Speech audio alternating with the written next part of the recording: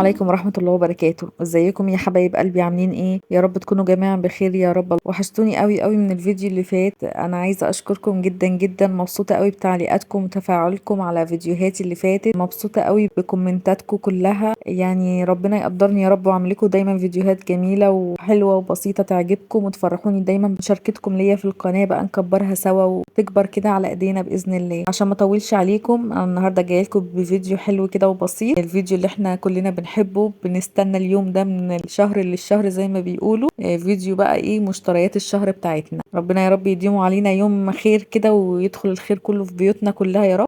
زي ما وريتكم بقى اول اليوم كده، زي فلوج بسيط او جولة بسيطة كده. انا صحيت بدري اليوم ده. يعني ما اكدبش عليكم، انا بصراحة ما بنزلش السوق كتير. يعني انا ممكن انزل السوبر ماركت فتح الله او اي مكان اشتري حاجات السوبر ماركت، لكن السوق بقى سوق الخضار والفاكهة وكده لا بصراحة مش بنزله. بس اليوم ده بقى الظروف اتهيأت ان انا انزل، ونزلت بقى اليوم ده. كنت صاحية بدري ونزلت بقى من بدري قوي زي ما شفتوا كده. رحت على السوق وبعد كده رحت على فتح الله وجبت شوية حاجات، وحاولت اصور لكم العروض اللي موجودة طبعا في فتح الله. اليوم ده كان يوم تقريبا 4 في الشهر، وكان عامل عروض كده اللي هو الاورنج دي او الاورنج، مش عارفة بنسميه ايه بصراحة. بس احنا بقى شهر 11 ده بيبقى شهر العروض والبلاك فرايداي والوايت فرايداي، وكله بقى الاماكن بتبقى عاملة عروض طول الشهر. فباذن الله حتى لو العرض بتاع فتح الله اللي هو كان عامله ده كان اخره يوم 4، برضو العروض بتتكرر خلال الشهر، واكيد ان شاء الله هتلاقوا العروض دي بتتكرر تاني يعني. فنستغل بقى في شهر 11، واللي نفسه في حاجة يجيبها وربنا يوسع علينا جميعا.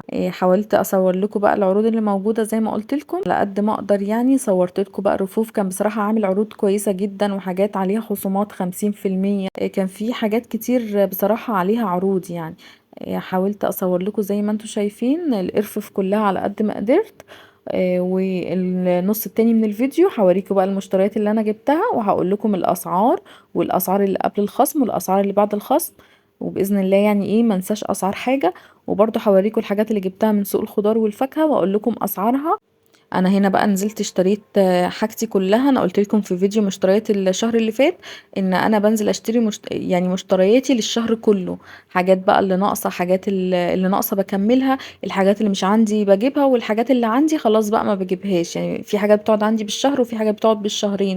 حاولت على قد ما اقدر ان انا التزم بالمقاطعه واجيب بس المنتجات المصريه، والحمد لله يعني قدرت في الاخر. طبعا وانتي في الموقف جوه السوبر ماركت وعماله بتدوري والحاجه كتيره، لازم يسقط منك حاجه او حاجتين يعني. فانا الحمد لله في الاخر لقيت ان انا معظم الحاجات اللي جبتها الحمد لله مصريه. وهقول لكم برضو تابعوني كده، شوفوا اخر الفيديو هتلاقوا الحل السحري بقى اللي انا وصلت له في الاخر، ازاي نعرف المنتجات المصريه من غير المصريه بطريقه بسيطه قوي. هتلاقوها في اخر الفيديو ان شاء الله. تابعوني للاخر. تمام، نبدأ هنا. انا اول حاجة جبتها هي علبة جبنة شيدر.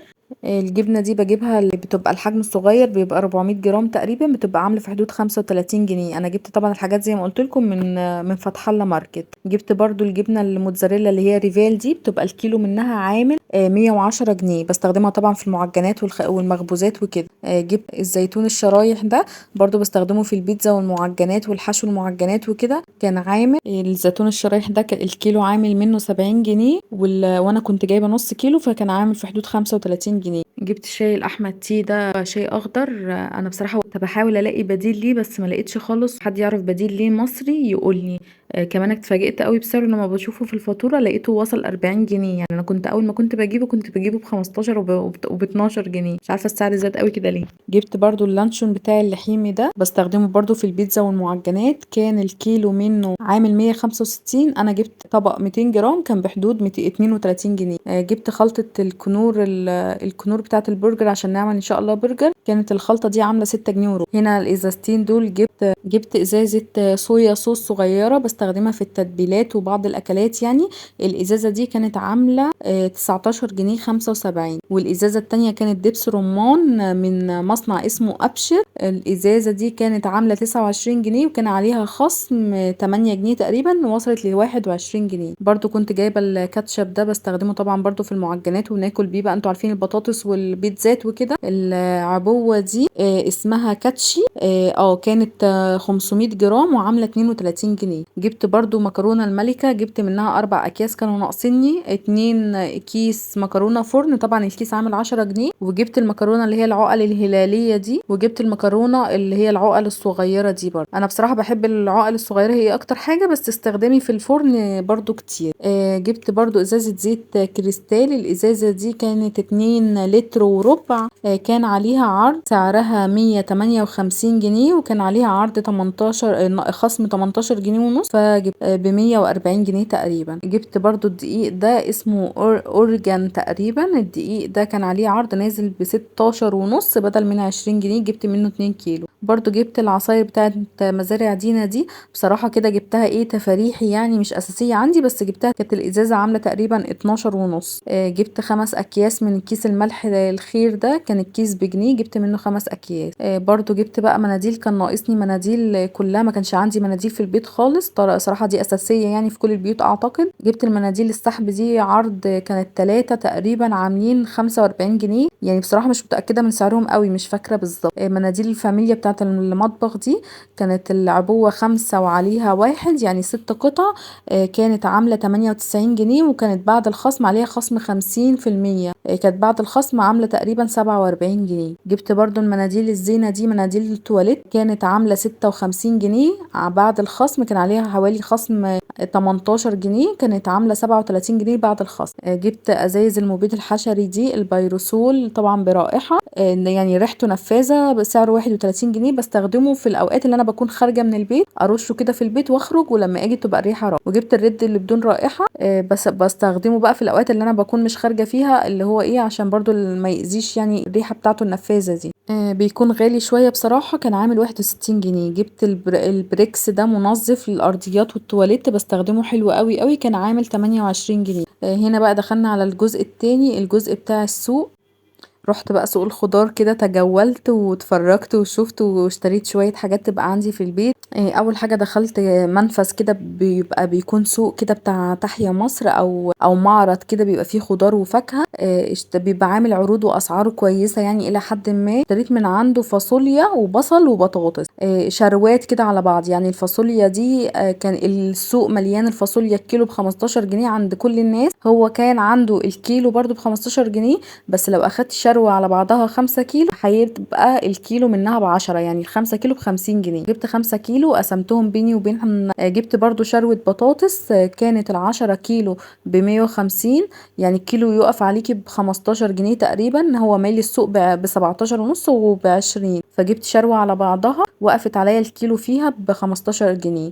والبطاطس برضو جبت شروة بطاطس 10 كيلو ب200 جنيه، يعني الكيلو يقف ب20 جنيه، وهو مالي السوق تقريبا ب25 وب30، فكانت حاجة كويسة يعني. طلعت بقى من تحيا مصر ده، ورحت بقى جبت كرنبيت من السوق بقى العادي، من الفلاحين العادي. جبت الكرنبيت ده مالي السوق ب20 وب25، انا جبته الواحدة ب15، ادتني الواحدة ب15، فجبت 2 ب30. جبت برضو الطماطم، جبت كانت موجودة منها الكيلو ب15 والكيلو ب20، انا جبت الكيلو اللي هو من الكيلو ب20، بس نقيت 2 كيلو عطاهم لي ب35. بعد كده جبت الخيار، كان في منه برضو الكيلو ب10 والكيلو ب15، كيلو من اللي ب15. جبت برضو البتنجان اللي هو المكبب ده، او مش عارفة بيقولوا عليه بتنجان رومي تقريبا. جبت الاتنين دول ب5 جنيه. تمام. برضو جبت بعد كده الفلفل الرومي الاخضر والشطة الخضراء دي، جبت ربع، كان الربع منها ب5 جنيه، انا جبت نص ربع مكبب، واللي هو ربع رومي اخضر رومي وربع طويل. الطبق ده طبق قشطة، كنت جايباه برضو كده من عند فلاحين، برضو كان الطبق ب30 جنيه. البتنجان الطويل ده جبته للمحشي وللحشو بدقة وكده، ده كان عامل الكيلو ربع ب10 جنيه، جبتهم كيلو ربع ب10 جنيه. جبت برضو خضرة للمحشي، خضرة مشكلة اللي هو بقدونس وكزبرة وشبت وكده، جبت ب10 جنيه. وجبت الكيس التاني ده كزبرة بس، قلت اعمله دقة ليا للقلقاس يعني، جبت برضو ايه ب10 جنيه، يعني الخضرة على بعضها ب20 جنيه. جبت الجوافة دي الكيلو منها ب10 جنيه، جبت كيلو يبقى عندي كده للأكل. وجبت كمان برتقان، البرتقان ده الكيلو منه ب12، جبت 2 كيلو ب25، 2 كيلو طابين كده يعني ميزان طابب كده وتقيل ب25. دي تقريبا كانت مشترياتي كلها من السوق وفي اليوم ده يعني. انا بعد كده في حاجات هصورها لكم برضو اخر الفيديو. انا جبت برضو كرتونة بيض تبقى عندي خلال الشهر، كانت عاملة 130 جنيه. وجبت فطيرة كده فلاحي برضو من الافران البلدي دي، كانت عاملة 30 جنيه. بستخدمها كده في ايام برضو بنحب نقضي فيها او حاجة، اطلع الفطيرة مع شوية جبنة وعسل وخيار وكده وبطاطس محمرة ونقضي بيها اليوم. وهوريكم جبت شوية منظفات تانية جبتها من محل منظفات بقى، اللي هو منظفات السايبة كده بالوزن يعني. هوريها لكم هنا في اخر الفيديو. وتاني يوم بقى كنت جبت الفراخ واللحوم بتاعتي، بص هتشوفوها بقى معايا خلال ما احنا بنعملها بقى.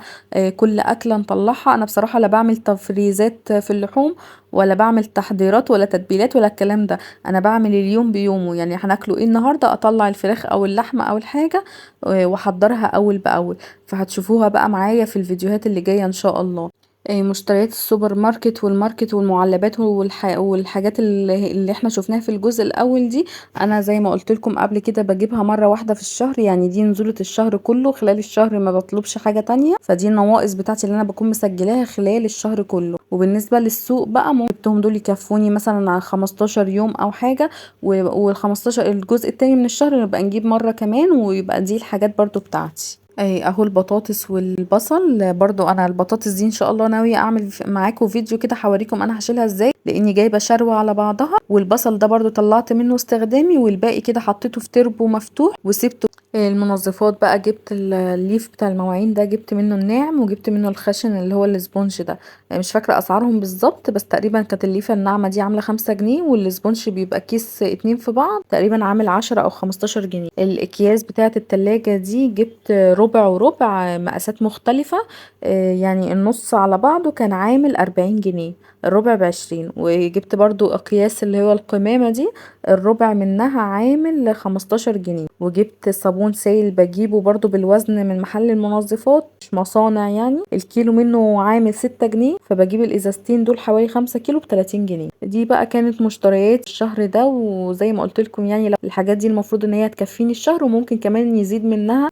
نيجي بقى للطريقة قلت لكم هقولها لكم اخر الفيديو، ازاي نعرف المنتج مصري او مش مصري، ازاي نعرف المنتج معانا ولا مش معانا، مقاطعة ولا لا. انا عرفتهم عن طريق الصدفة، ان اتعمل ابليكيشن على جوجل ستور، كذا واحد بصراحة بيعرفك اذا كان معانا ولا مش معانا.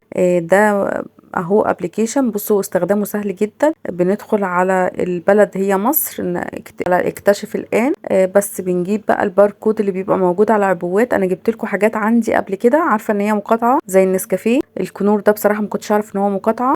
بصوا مجرد ما بنعمل سكان للباركود طلع لك الكلمه على طول. النسكافيه طبعا كلنا عارفين ان هو مقاطعه.